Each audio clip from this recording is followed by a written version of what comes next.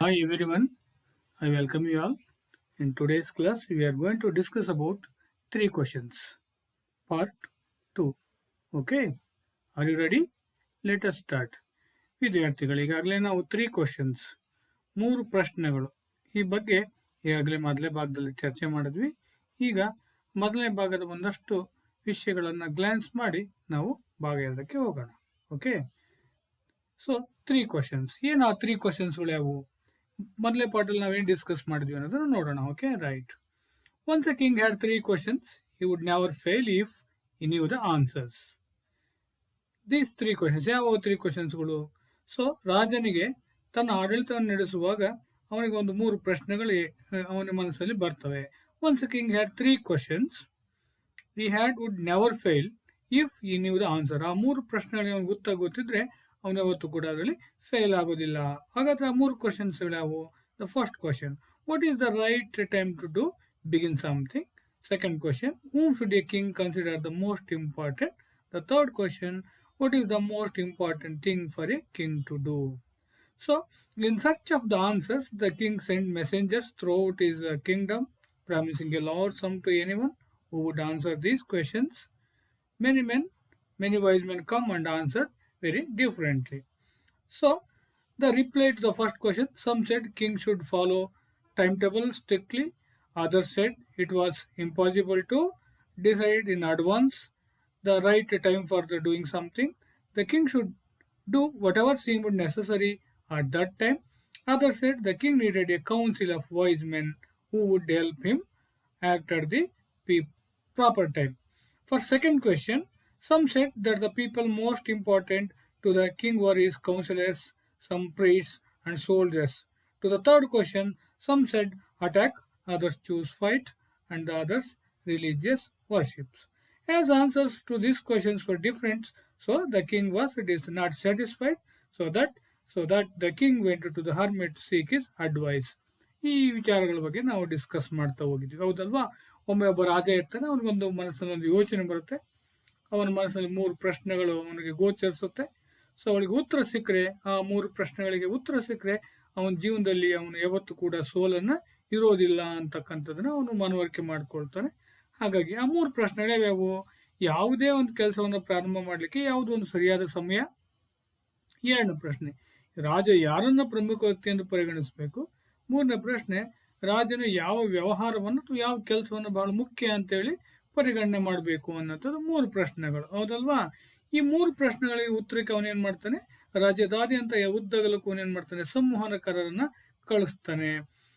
ಸರಿಯಾದ ಉತ್ತರ ಯಾರು ಹೇಳ್ತಾರೋ ಅವರಿಗೆ ಒಂದು ದೊಡ್ಡ ಪ್ರಮಾಣದ ಒಂದು ಬಹುಮಾನವನ್ನು ಕೂಡ, ಪ್ರೈಸ್ ಅನ್ನ, ಒಂದು ಅಮೌಂಟ್ ಅನ್ನ ಕೊಡ್ಲಿಕ್ಕೆ ಅವನು ನಿರ್ಧಾರ ಮಾಡ್ತಾನೆ. ದೇಶದ ಉದ್ದಗಲಕ್ಕೂ ಬಹಳ ಜನ ಬರ್ತಾರೆ, ಬುದ್ಧಿವಂತರು ಅನೇಕ ಉತ್ತರಗಳನ್ನ ನೀಡ್ತಾರೆ, ಆದ್ರೆ ರಾಜನಿಗೆ ಯಾವುದು ಕೂಡ ಅದು ತೃಪ್ತಿ ಅಂತ ಅನ್ಸೋದಿಲ್ಲ. ಹಾಗಾಗಿ ರಾಜ ಏನ್ ಮಾಡ್ತಾನೆ, ಒಬ್ಬ ಸನ್ಯಾಸಿನ ಭೇಟಿ ಮಾಡಿ ನಿರ್ಧರಿಸ್ತಾನೆ. ರಾಜ ಸಾಮಾನ್ಯ ವೇಷದಲ್ಲಿ, ಒಂದು ಪ್ರಜೆ ವೇಷದಲ್ಲಿ ಹೋಗಿ ಸನ್ಯಾಸಿ ಬಳಿ ಹೋಗಿ ತನ್ನ ಪ್ರಶ್ನೆಗಳನ್ನು ಕೇಳ್ತಾನೆ. ಎಷ್ಟು ವಿಚಾರಗಳನ್ನು ನಾವು ಪಾರ್ಟ್ 1ರಲ್ಲಿ ಡಿಸ್ಕಸ್ ಮಾಡಿದ್ವಿ. ಆ ಮೂರು ಪ್ರಶ್ನೆಗಳಿಗೆ ಹೇಗೆ ಅವನು ಉತ್ತರವನ್ನು ಕೊಟ್ಟನ, ಅಥವಾ ಹೋದ ತಕ್ಷಣ ಉತ್ತರವನ್ನು ಕೊಟ್ಟನು, ಆನಂತರ ಅವನು ಉತ್ತರ ಕೊಟ್ಟನು, ಅದು ಉತ್ತರ ಕೊಡ್ಲಿಕ್ಕೆ ಸಾಧ್ಯ ಆಯ್ತೋ ಇಲ್ವಾ, ಉತ್ತರ ಕೊಡೋದ್ರೆ ಯಾವ ರೀತಿಯಲ್ಲಿ ಉತ್ತರವನ್ನ ಕೊಟ್ಟ, ಅದು ರಾಜನಿಗೆ ಹೇಗೆ ಸಮಾಧಾನಿಸ್ತು ಅಂತಕ್ಕಂಥದ್ದನ್ನ ನಾವು ಸೆಕೆಂಡ್ ಪಾರ್ಟ್ ಅಲ್ಲಿ ಡಿಸ್ಕಸ್ ಮಾಡ್ತಾ ಹೋಗೋಣ. Okay, right. Let us move on to the fourth paragraph. Right. 1 hour passed, then another. 1 hour passed, then another. The sun went down behind the trees, and at last the king stuck the spade into the ground and said, I came to you, wise man, to get answers to my questions. If you can give no answer, tell me, so and I will return home. ರಾಜನಿಗೆ ರಾಜ ಕೇಳ್ತಾನೆ ಸನ್ಯಾಸಿಗೆ, one hour passed then another, ಒಂದು ಗಂಟೆ ಒಂದಾದ ನಂತರ ಒಂದು ಗಂಟೆಗಳೇ ಕಳೆದು ಹೋದವು. The sun went down behind the trees, ಸೂರ್ಯ ಮರಗಳ ಮರೆಯಾದ, ಐ ಮೀನ್ ಸನ್ಸೆಟ್, ಅಂದ್ರೆ ಸೂರ್ಯಾಸ್ತ ಆಯಿತು, ಕತ್ಲಾಗ ಸಮಯ ಆಯಿತು. ಆದರೆ ಈ ಸನ್ಯಾಸಿ ಮಾತ್ರ ಉತ್ತರ ಕೊಡಲೇ ಇಲ್ಲ. ಅದಕ್ಕೆ ರಾಜ ಏನ್ ಮಾಡ್ತಾನೆ, so the sun went down behind the trees and at last the king stuck the spade into the ground. ಕತ್ಲಾಯಿತು, ಸೊ ರಾಜ ಕೂಡ ಸಮಯ ಆಯಿತು ಅವನಿಗೆ ಕೂಡ. So and the king stuck the spade into the ground, ಅಂದ್ರೆ ಈ last patience, ಅವನಿಗೂ ಸಾಕಾಯ್ತು, ಎಷ್ಟೊತ್ತಾದ್ರೂ ಕೂಡ ಉತ್ತರವನ್ನು ಕೊಡಲಿಲ್ಲ.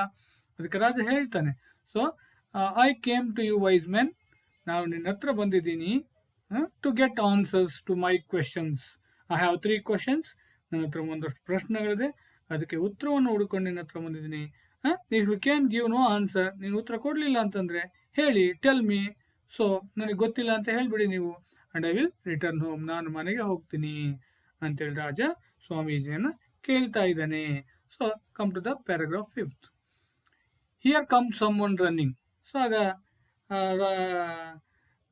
ಸ್ವಾಮೀಜಿ ಹೇಳ್ತಾರೆ, ಹರ್ಮಿಟ್ ಹೇಳ್ತಾನೆ, here come someone running, ಅಲ್ಲಿ ನೋಡಿ ಯಾರೋ ಬರ್ತಾ ಇದ್ದಾನೆ. Here come someone running, ಅಲ್ಲಿ ನೋಡಿ ಯಾರೋ ಇಲ್ಲಿ ಬರ್ತಾ ಇದ್ದಾರೆ, ಅಲ್ಲಿ ಗಮನಿಸಿ ಯಾರೋ ಬರ್ತಾ ಇದ್ದಾರೆ. Said the hermit. The king turn around and saw bearded man running towards them. His hands were pressed against his stomach, from which blood was flowing. When he reached the king, he fainted and fell to the ground. The king and the hermit removed the man's clothing and found a large wound in his stomach. The king washed and covered it with his handkerchief, but the blood would not stop flowing. The king redressed the wound until at last the bleeding stopped.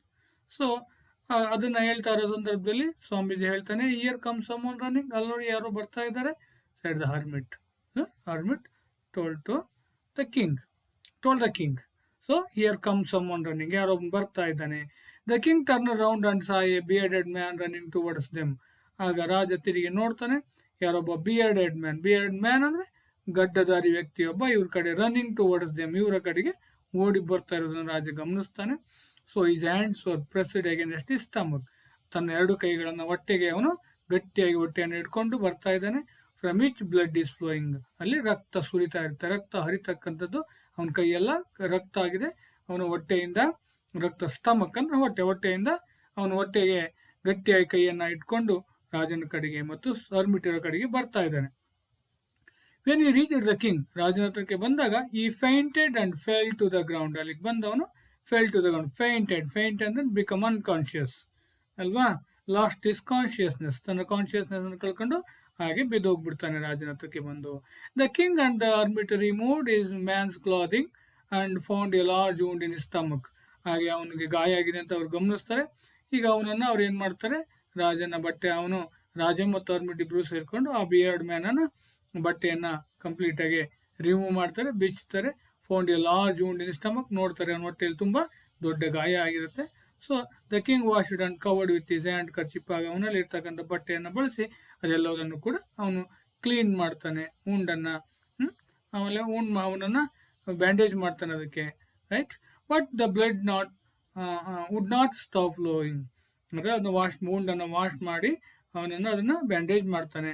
ಆದರೂ ಕೂಡ ರಕ್ತ ಹರಿತಾನೆ ಇರ್ತದೆ, ಇನ್ನೂ ಬರ್ತಾನೆ ಇರುತ್ತೆ. But the blood would not stop flowing, ಹರಿಯೋದು ನಿಂತಿರೋದಿಲ್ಲ. The king redressed the wound until the last bleeding stopped. ಕೊನೆಗೆ ಅವನಿಗೆ ಡ್ರೆಸ್ಸಿಂಗ್ ಮಾಡ್ತಾನೆ, ಅದನ್ನು ರಕ್ತ ನಿಲ್ಲುವವರೆಗೂ ಕೂಡ ಅದನ್ನು ಪ್ರಯತ್ನ ಪಟ್ಟು ಅದನ್ನು ಕಟ್ಟಿ ರಕ್ತವನ್ನು ಸ್ಟಾಪ್ ಮಾಡ್ತಾನೆ. Okay. The man closed his ice and lay quiet. ಯಾವಾಗ ಮನುಷ್ಯ ತುಂಬ ದೂರದಿಂದ ಓಡಿ ಬಂದಿರ್ತಾನೆ, ಸುಸ್ತಾಗಿರ್ತಾನೆ, ಹಾಗೆ ಅವನಿಗೆ ಡ್ರೆಸ್ಸಿಂಗ್ ಮಾಡಿದ ತಕ್ಷಣ ಹಾಗೆ ಅವನು ಆರಾಮಾಗಿ ಲೇ ಕ್ವೈಟ್, ಶಾಂತವಾಗಿ ಮಲ್ಕೊಳ್ತಾನೆ. The king tried to the king tired by his walk and then work he had done. ರಾಜನು ಕೂಡ ತುಂಬ ಟಯರ್ಡ್ ಆಗಿರ್ತಾನೆ, ಯಾಕೆಂದರೆ ಅವನು ಬೆಳಗ್ಗೆಯಿಂದ ಹರ್ಮಿಟ್ಟನ ಆಶ್ರಮದಲ್ಲಿ ಒಂದಷ್ಟು ಕೆಲಸವನ್ನು ಮಾಡಿರ್ತಾನೆ. ಹಾಗಾಗಿ ಅವನಿಗೂ ಕೂಡ ಟಯರ್ಡ್ ಆಗಿರುತ್ತೆ. ಮತ್ತು ದೂರದಿಂದ ಅವನು ಕೂಡ ನಡ್ಕೊಂಡು ಬಂದಿರ್ತಾನೆ ಅವನ ಅರಮನೆಯಿಂದ, ಹಂಗಾಗಿ ಅವನು ಕೂಡ ಸುಸ್ತಾಗಿರುತ್ತೆ. So lay down on the floor and slept through the night. ಹಂಗಾಗಿ ರಾಜನು ಕೂಡ ಸುಸ್ತಾಗಿದ್ದಾನೆ, ಅವನು ಕೂಡ ಅವನ ಪಕ್ಕದಲ್ಲಿ ಹಾಗೆ ಮಲ್ಕೊಂಡು ಬಿಡ್ತಾನೆ. When he woke up it was several minutes before he could remember where he was or who the strange bearded man laying on the bed was. So man closed eyes and lay quiet. ಯಾವಾಗ ಅವನಿಗೆ dressing ಅನ್ನು ಮಾಡ್ತಾರೋ ಅವನು ಹಾಗೆ ಮಲ್ಕೊಳ್ತಾನೆ. So the king tired by his walk and the work he had done. ರಾಜನು ಕೂಡ ಬೆಳಗ್ಗೆಯಿಂದ ನಡ್ಕೊಂಡು ಬಂದಿರ್ತಾನೆ ಮತ್ತು ಸುಸ್ತಾಗಿರ್ತಾನೆ ಕೆಲಸ ಮಾಡಿ, ಹಾಗಾಗಿ ಅವನು ಕೂಡ ಹಾಗೆ ಮಲ್ಕೊಳ್ತಾನೆ. So lay down on the floor and slept through the night. ಇಡೀ ರಾತ್ರಿ ಅವನು ಕೂಡ ಆರಾಮಾಗಿ ನಿದ್ದೆಯನ್ನು ಮಾಡ್ತಾನೆ. ವೆನ್ ಹಿ ವೋಕ್ ಅಪ್, ಬೆಳಗ್ಗೆ ಇಬ್ರು ಎದ್ದೊಳ್ತಾನೆ. ಸೊ ವೆನ್ ರಾಜ ಬೆಳಗ್ಗೆ ಎದ್ದಾಗ it was several minutes before he could remember where he was. ಆಮೇಲೆ ಅಂದ್ಕೊಳ್ತಾನೆ, ನಾನು ಎಲ್ಲಿದ್ದೆ, ಎಲ್ಲಿ ಮಲ್ಕೊಂಡಿದ್ದೀನಿ, ನಾನು ಎಲ್ಲಿದ್ದೀನಿ ಅಂತ ಜ್ಞಾಪಿಸ್ಕೊಳ್ತಾನೆ. Or who the strange beard man lying on the bed was, ನನ್ನ ಪಕ್ಕದಲ್ಲಿ ಮಲಗಿರ್ತಕ್ಕಂಥ ಬಿಯರ್ಡ್ ಮ್ಯಾನ್ ಯಾರು ಅಂತೇಳಿ ಅವನು ಜ್ಞಾಪಿಸ್ಕೊಳ್ತಾನೆ. ಆಗ ಅವನಿಗೆ ಜ್ಞಾಪಕಕ್ಕೆ ಬರುತ್ತೆ, ನಿನ್ನೆ ಸಾಯಂಕಾಲ ಒಬ್ಬ ಬಿಯರ್ಡ್ ಮ್ಯಾನು ಬಂದಿದ್ದು ಮತ್ತು ಅವನಿಗೆ ಡ್ರೆಸ್ ಮಾಡಿದ್ದು, ಉಂಡಿಗೆ ಡ್ರೆಸ್ ಮಾಡಿದ್ದು ಅದನ್ನೆಲ್ಲ ಕೂಡ ಅವನು ಜ್ಞಾಪಿಸ್ಕೊಳ್ತಾನೆ. ಸೊ ಆಗ ಆ ಮನುಷ್ಯನು ಕೂಡ ಆ ಬಿಯರ್ಡೆಡ್ ಮ್ಯಾನ್ ಎದ್ದು ಅವನಿಗೆ ಹೇಳ್ತಾನೆ, forgive me said the bearded man in a weak voice when he saw that king was awake. ರಾಜ ಎದ್ದ ತಕ್ಷಣ ಆ ಬಿಯರ್ಡೆಡ್ ಮ್ಯಾನ್ ಹೇಳ್ತಾನೆ, ಫರ್ ಗಿವ್ ಅಂದ್ರೆ ಕ್ಷಮಿಸಿಬಿಡೋದು ಅಂತ, ನನ್ನನ್ನು ಕ್ಷಮಿಸಿ ಸ್ವಾಮಿ, ಸೆಡ್ ದ ಬಿಯರ್ಡೆಡ್ ಮ್ಯಾನ್ ಟು ದ ಕಿಂಗ್. ಬಿಯರ್ಡೆಡ್ ಮ್ಯಾನ್ ರಾಜನಿಗೆ ಹೇಳ್ತಾನೆ, forgive me said the bearded man a weak low voice, ಅವನು ವೀಕ್ ವಾಯ್ಸ್ ಅಲ್ಲಿ, ಯಾಕೆಂದ್ರೆ ಅವನು ತುಂಬಾ ರಕ್ತ ಸುರಿದಿರುತ್ತೆ, ಹಂಗಾಗಿ ಅವನೊಂದು ಸಣ್ಣ ಧ್ವನಿಯಲ್ಲಿ ರಾಜನಿಗೆ ಹೇಳ್ತಾನೆ, forgive me when he saw that the king was awake. ರಾಜ ಎದ್ದ ತಕ್ಷಣ ನನ್ನ ಕ್ಷಮಿಸಿ ಸ್ವಾಮಿ ಅಂತೇಳಿ ರಾಜನಿಗೆ ಅವನು ಕೇಳ್ತಾನೆ. So I do not know you and you have nothing to forgive for you for said the king. ರಾಜ ಹೇಳ್ತಾನೆ, I do not know who you are, ನೀನು ಯಾರಂತ ನನಗೆ ಗೊತ್ತಿಲ್ಲ. I have nothing to forgive you, ನಾನು ಕೂಡ fur give ಕ್ಷಮಿಸು ಬಿಡಲಿಕ್ಕೆ ಅಂತ ಕೆಲಸವನ್ನ ನೀನು ಏನು ತಪ್ಪು ಮಾಡಿದ್ಯಾ, ನಾನು ಯಾಕೆ ನಿನ್ನನ್ನು ಕ್ಷಮಿಸಬೇಕು, ನಿಂದ ಏನು ತಪ್ಪಾಗಿದೆ, ನಾನು ನಿನ್ನನ್ನು ಯಾರಂತ ನೋಡೇ ಇಲ್ಲ. I do not know you, ನಾನು ನಿನ್ನನ್ನು ನೋಡೇ ಇಲ್ಲ. And I have nothing to forgive you for said the king. ಯಾತಕ್ಕೋಸ್ಕರ ನಾನು ಫರ್ ಗಿವ್ ಫಾರ್, ನಿನಗೆ ಕ್ಷಮಿಸಬೇಕು, ನೀನು ಯಾರು ನನಗೆ ಗೊತ್ತೇ ಇಲ್ಲ ಅಂತ ರಾಜ ಹೇಳಿದಾಗ, so he replied, so you do not know me but I know you. So replied bearded man. Bearded man ಹೇಳ್ತಾನೆ, you do not know me but I know you. I am that enemy of yours who swore revenge on you because you put my brothers to death and seized my property. I had made up my mind to kill you on your way home, but the day passed and did not return. So I left my hiding place and came upon your bodyguard, who recognized me and wounded me. I escaped from him, but I should have died if you had not dressed my wounds. So I wish to kill you, and you have saved my life. Now, if I leave, I will serve you as your most faithful servant. Okay, so ಅದಕ್ಕೆ ಅವ್ರು ಹೇಳ್ತಾನೆ, you do not know me, ನೀವು ಯಾರಂತ ಗೊತ್ತು, ಆದರೆ ನಿಮಗೆ ನಾನು ಯಾರೆಂದು ಗೊತ್ತಿಲ್ಲ. You do not know me, ನಾನು ಯಾರೆಂದು ನಿಮಗೆ ಗೊತ್ತಿಲ್ಲ, ಬಟ್ ಐ ನೋ ಯು, ನೀವು ಯಾರಂತ ನನಗೆ ಗೊತ್ತು. I am that enemy of yours, ನಾನು ನಿಮ್ಮ ಶತ್ರು. ಹೂ ಸೋ ರಿವೆಂಜ್ ಆನ್ ಯು, ನಾನು ನಿಮ್ಮ ಮೇಲೆ ರಿವೆಂಜ್ನ ತೀರಿಸ್ಕೊಳ್ಳಿಕ್ಕೆ ಬಂದಿರತಕ್ಕಂಥ ವ್ಯಕ್ತಿ. ನಾನು ನಿಮ್ಮ ಶತ್ರು, ನಿಮ್ಮನ್ನು ಕೊಲ್ಲಲಿಕ್ಕೆ ನಾನು ಪ್ಲಾನ್ ಮಾಡಿದ್ದೆ. Because you put my brother to death and seize my property, ನೀನು ಯುದ್ಧ ಮಾಡುವ ಸಂದರ್ಭದಲ್ಲಿ ನನ್ನ ಬ್ರದರನ್ನು, ಸಹೋದರನ್ನ ಕೊಂದು ನನ್ನ ನಮ್ಮ ಪ್ರಾಪರ್ಟಿಯನ್ನು ನೀನು ನಮ್ಮ ಪ್ರಾಪರ್ಟಿಯನ್ನು ಸೀಜ್ ಮಾಡಿದ್ರಿ. ಸೀಜ್ ಮಾಡೋದು ಅಂತಂದ್ರೆ ಅವನು ಫೋರ್ಸಿಬಲಿ ಕಿತ್ಕೊಳ್ಳೋದು, ಒಂದು ಸಾಮ್ರಾಜ್ಯವನ್ನು ಅಥವಾ ರಾಜ್ಯವನ್ನು ಇದನ್ನ ಕಿತ್ಕೊಂಡಿದ್ದಾನೆ. ಫೋರ್ಸಿಬಲಿ ನೀವು ನಮ್ಮ ಒಂದು ಪ್ರಾಪರ್ಟಿಯನ್ನು ಕಿತ್ಕೊಂಡಿದ್ರಿ, ಅದಕ್ಕೋಸ್ಕರ ನಾನು ನಿಮ್ಮ ಮೇಲೆ ರಿವೆಂಜ್ ತೀರಿಸ್ಕೊಳ್ಬೇಕಾಗಿತ್ತು, ಶೇಡ್ ತೀರಿಸ್ಕೊಳ್ಳಿಕ್ಕೆ ನಾನು ಬಂದಿದ್ದೆ, ನಿಮ್ಮನ್ನು ಕೊಲ್ಲಲಿಕ್ಕೆ ಬಂದಿದ್ದೆ.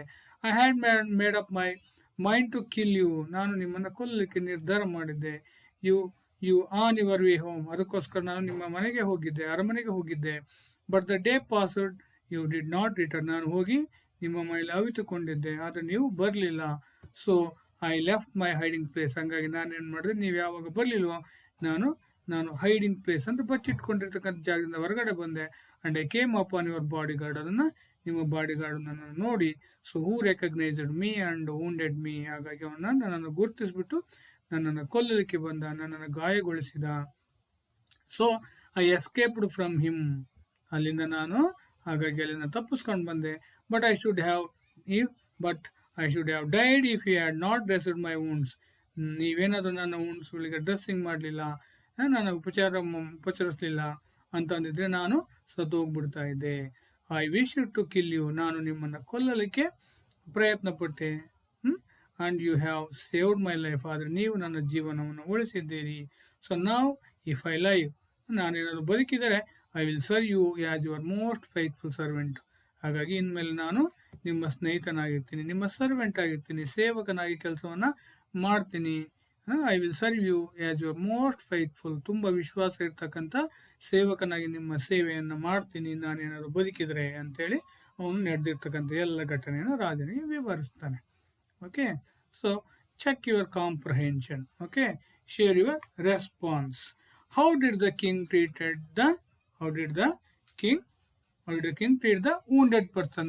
How did the king treated the wounded person? The wounded persons ಅನ್ನ bearded man ಅನ್ನ ರಾಜ ಹೇಗೆ ಟ್ರೀಟ್ ಮಾಡ್ದ, ಉಪಚಾರ ಮಾಡ್ದ ಅಂತ. Right, the king with the help of the hermit. So ಯಾವಾಗ ರಾಜ ಅವನೊತ್ತಿಗೆ ಬರ್ತಾನೆ, ಈ ಅವನು ಬಿಯರ್ಡೆಡ್ ಮ್ಯಾನ್ ಬರ್ತಾನೆ. ಸೊ ಬಂದಾಗ ಏನ್ ಮಾಡ್ತಾರೆ, the king with the help of the hermit removed the wound man's clothing. ಅವರ ಬಟ್ಟೆಯನ್ನ ತೆಗೆಸ್ತಾರೆ. Clothing found a large wound in his stomach. The king wished the covered it with his handkerchief, but the blood would not stop flowing. The king redressed the wound until the last bleeding stopped. ಹೌದಲ್ವಾ? ಏನ್ ಮಾಡ್ತಾರೆ, ರಾಜ ಮತ್ತು hermit ಇಬ್ರು ಸೇರ್ಕೊಳ್ತಾರೆ. The king with help of the hermit, ಅವನ ಹರ್ಮಿಟ್ನ ಸಹಾಯ ತೆಗೆದುಕೊಂಡು remove the wounded man's clothing to find a large wound in his stomach. The king washed the wound and covered it with his handkerchief. So he redressed the wound until the bleeding stopped. Okay, next question. Why did the bearded man swear revenge on the king? ಯಾಕೆ ಅವನ why did the bearded man swear revenge on the ರಾಜನ ಮೇಲೆ ಯಾಕೆ ಅವನು revenge ತೆಗೆದುಕೊಳ್ಳಿಕ್ಕೆ ಅವನು ಶಪಥವನ್ನು ಮಾಡ್ತಾನೆ, promise ಅನ್ನು ಮಾಡ್ತಾನೆ ಅಂತಂದ್ರೆ, so bearded man had sworn revenge on king because the king had put his brothers to death and seized his property. ಅವನೇನೇನು ಮಾಡ್ತಾನೆ, ಸೊ ಅವ್ರ ಪ್ರಾಪರ್ಟಿನ ಸೀಜ್ ಮಾಡಿರ್ತಾನೆ ಯುದ್ಧದಲ್ಲಿ. So because he put his brothers to death and seized his property, their property, ಅವರ ಪ್ರಾಪರ್ಟಿಯನ್ನು seize ಮಾಡಿರ್ತಾನೆ. ಹಾಗಾಗಿ he had made up his mind to kill him. ಹಾಗಾಗಿ ಅವನು ಕೊಲ್ಲಬೇಕು ಅಂತ ಹೇಳೋ ಪ್ಲಾನ್ ಅನ್ನು ಮಾಡ್ಕೊಳ್ತಾನೆ. Okay, right. The next question. Who had wounded man and why? ಯಾರು ಅವನಿಗೆ ಗಾಯಗೊಳಿಸಿದ್ದು ಮತ್ತು ಯಾಕೆ? Who had wounded the man and the why? The king's bodyguard, ರಾಜನ ಬಾಡಿ ಗಾರ್ಡ್ ಅವನನ್ನು wound ಮಾಡ್ತಾನೆ. ಯಾಕೆಂದ್ರೆ ಅವನು ರಾಜನನ್ನು ಕೊಲ್ಲಿಕ್ಕೆ ಬಂದಿರ್ತಾನೆ, ಹೈಡಿಂಗ್ ಪ್ಲೇ ಹೊರಗಡೆ ಬರ್ತಾನೆ, ಅವನಿಗೆ ಅರ್ಥ ಆಗ್ತದೆ. ಅದಕ್ಕೋಸ್ಕರ ಅವನೇನು ಮಾಡ್ತಾನೆ, the king's bodyguard had recognised the bearded man and had wounded the man. Okay, why did the man say that he would serve the king as his most faithful servant? ಯಾಕೆ ಅವನು ಹೇಗೆ ಹೇಳ್ತಾನೆ, ಹೇಳ್ತಾನೆ ಅವನ ಮನುಷ್ಯ, why did the man say that he would serve the king? ಯಾಕೆಂದ್ರೆ ಅವನನ್ನು ಕೊಲ್ಲಿಕ್ಕೆ ಬಂದಿದ್ದ, ಆದರೆ ರಾಜ ಅವನನ್ನು ಬದುಕಿಸ್ತಾನೆ, ಅದಕ್ಕೋಸ್ಕರ ಅವನು ಹೇಳ್ತಾನೆ. So the bearded man promised to serve the king as his most faithful servant because if the king had not dressed his wound he would have bled to death.